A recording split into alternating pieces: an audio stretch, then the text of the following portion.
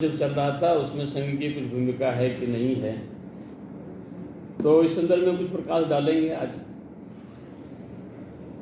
हमारे देश में बड़े योजना के तहत जो है हमारे देश के ऐसे जो कुछ वामपंथी इतिहासकारों ने और बड़ी सफाई से ये लिखने का प्रयास किया, ये दिखाने का प्रयास किया कि संघ आज़ादी की लड़ाई में संघ का कोई भूमिका नहीं है। ये लेकिन हम सभी जानते हैं कि किसी भी संगठन, किसी भी संस्था, उसको बनाने वाले कौन है। यदि उसके जीवन को हम देखते हैं तो संगठन की भूमिका भी समझ में आ जाती है। ये जिस व्यक्ति ने राष्ट्रीय स्वयंसेवक संघ की स्थापना की वो कौन थे, उनका जीवन कैसा था, उन्होंने क्या क्या किया, ऐसे सब बातें यदि उसके जीवन को हम देखते हैं तो संघ के कार्य की प्रकृति, संघ के कार्य का महत्व जो है समझ में आ जाता है। ये हमारे देश में गांधी जी के नेतृत्व में 3 आंदोलन हुआ, 1922 में, 1930 में और 1942 में।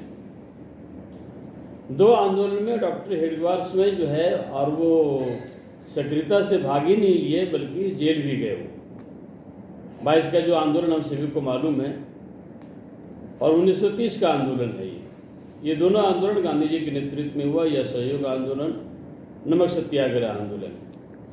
42 के आंदोलन में डॉक्टर हेडगेवार नहीं भाग ले चुकी, उनकी मृत्यु जो है 1940 में हो गई थी।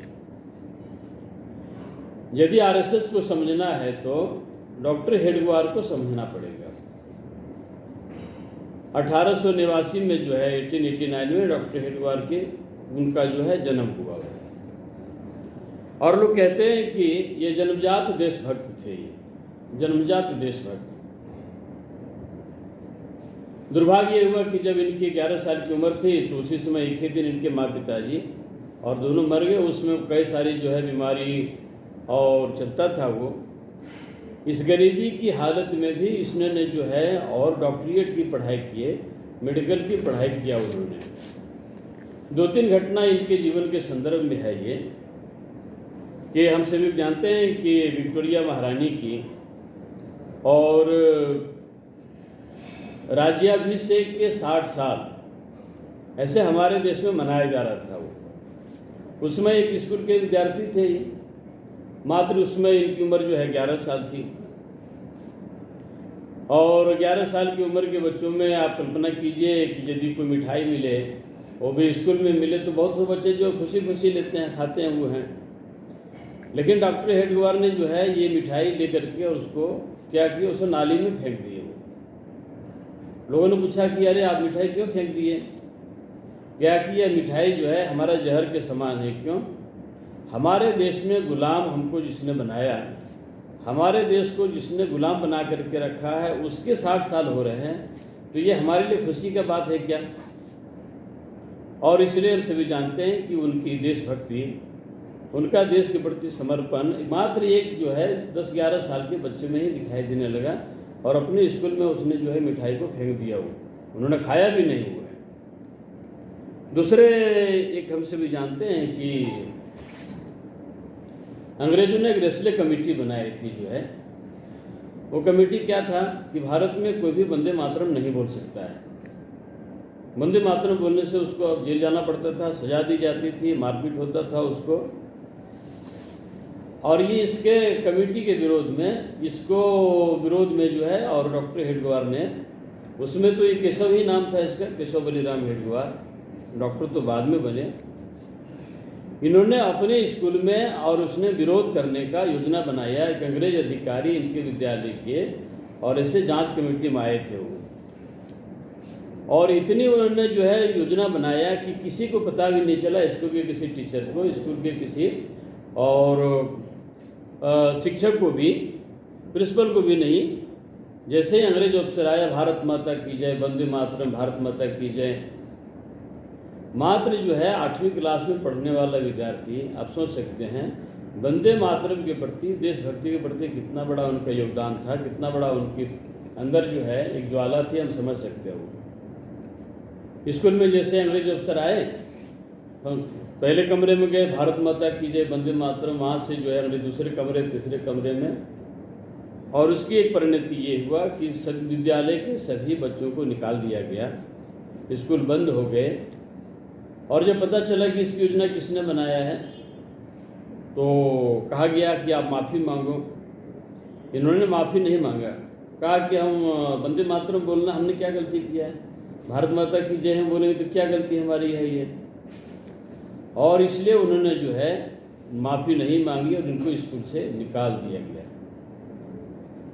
एक और इनकी घटना है, जब एक शिक्षक यहाँ जाते थे पढ़ने के लिए, वो जहाँ पर नागपुर में ही जहाँ शिक्षक का घर था, जहाँ ट्यूशन पढ़ने जाते थे, सामने में, और ये अंग्रेज़ों का झंडा जो है वो लहरते रहता था, वो यूनियन जैक। 3-4 मित्रों ने मिल करके उसने क्या किया कि सुरंग खोदना शुरू किया। जब घर में मिट्टी आ गई तो पता चला इतनी मिट्टी कहाँ से आ गई घर में। तो बाद में पता चला, उन्होंने पूछा कि मिट्टी कौन, कहा कि सर हम लोग सुरंग बना रहे हैं। क्यों? हम लोग जो है अंदर में जाएंगे और वहाँ पर जा करके ध्वज उसका उतार करके अपना जो भारत का ध्वज है उसको लगा देंगे।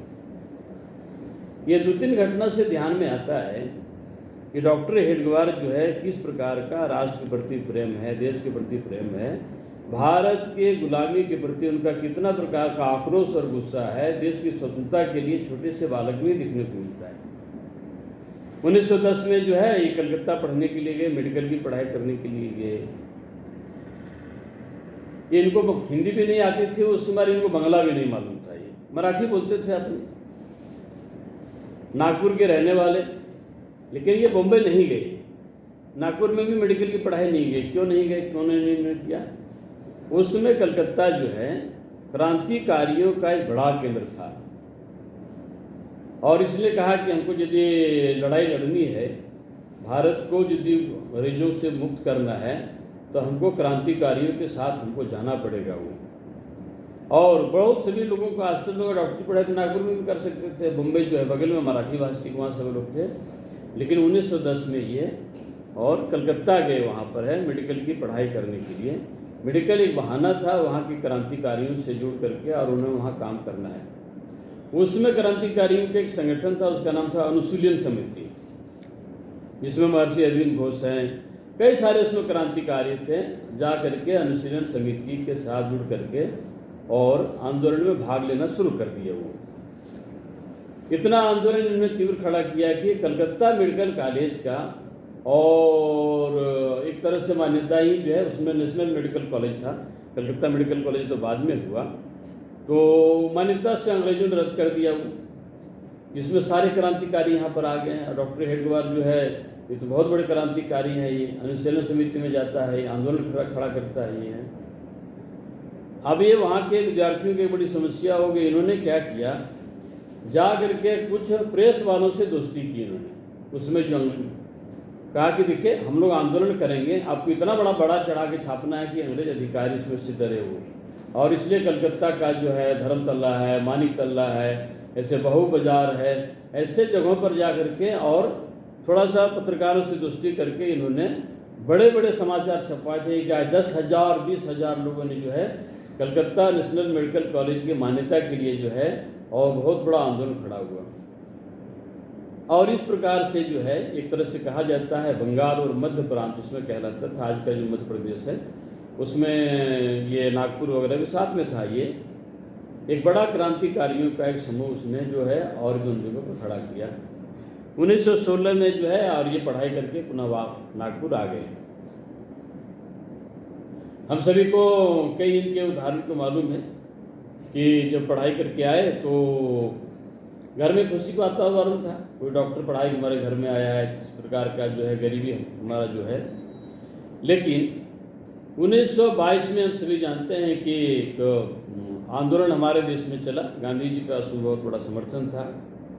इस आंदोलन का बहुत देश में कोई समर्थन नहीं था गांधी जी के शपथ, लेकिन डॉक्टर हेडगेवार जो है और उसने 1922 के असहयोग आंदोलन का और उसका नेतृत्व किया। परिणाम ये हुआ कि एक जगह भाषण देने में जो है इनके ऊपर जो है केस मुकदमा हुआ, देशद्रोह के जो है, और इस पर आरोप लगे, जेल भी गए। 1 साल जो है जेल में रहने के बाद और वापस आए वो। इनके मन में 2-3 बातें जो चली, एक तो चला कि भाई हमारा देश क्यों गुलाम हुआ,